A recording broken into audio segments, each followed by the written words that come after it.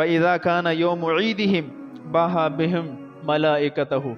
کله چې د وړو کې اختر وزوي نو الله رب العزت د فرشتو وړاندې په خپلو بندگانو باندې فخر کوي چې وګوره زما فرشتو زما بندگانو ته وګورئ، پوره میاشت روژې ونیولې، عبادتونه یې وکړل، نن بیا راغلی دی ماته سر په سجده باندې پراته دي، توبه وباسي، فخر کوي. تاسو ویل چې انسان مه پیدا کوه، فرشتو ویلو انسان مه پیدا کوه، دا خو فسادي دی، قتل و غارت پکوي. ویسفک الدماء، دی به د یو بل وینې تویي. تاسو ویل چې مه پیدا کوه، وګوره نن سر په سجده پراته دي، ما نه توبه وباسي، فخر وکوي. فقال یا ملائکتی، بیا به الله فرمای ای زما فرشتو، ما جزاء اجیر وفا عمله، دا هغه مزدور څه بدله ده چې پوره کار یې کړي، مزدوري کړي وي، نو مالک له څه پکار دي؟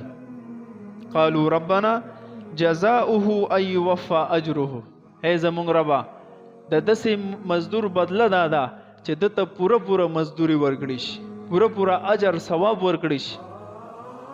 الله فرمایي چې اے فرشتو گواه اوسئ، عبیدی و امائی قضوا فریضتی علیہم، زما بندگانو نن هغه فریضه ادا کړه کم چې ما بدی فرض کړې و، روژې او منځونه هغه د ادا کړه. ثم یعجون، خرجوا یعجون الی الدعاء، او هغې نه پس د اختر په ورځ باندې د تکبیر صدای بلند کړې ده، الله اکبر الله اکبر وی، او مساجد ته عیدګاه ته را روان دي، مزل را روان دي. وعزتی وجلالی وکرمی وعلوی وارتفاع مکانی، الله فرمای زما دم په خپل عزت قسم وی، په خپل جلال مې د قسم وی، په خپل وی شان مې د قسم وی، لأجیبنهم، دی چې نن څه دوام کوي قبلهم به، الله قسم خوړلې چې دعا به قبلهم. نن موقع ده چې خپل مسائل ورته وړاندې کو، نن موقع ده چې د آخرت مسئلې په حل کو، مغفرت ته غواړو، جنت ته غواړو، خپل رضا ته غواړو، دیدار الهی غواړو، دیدار مصطفی غواړو، خپل دنیا ته مغواړو.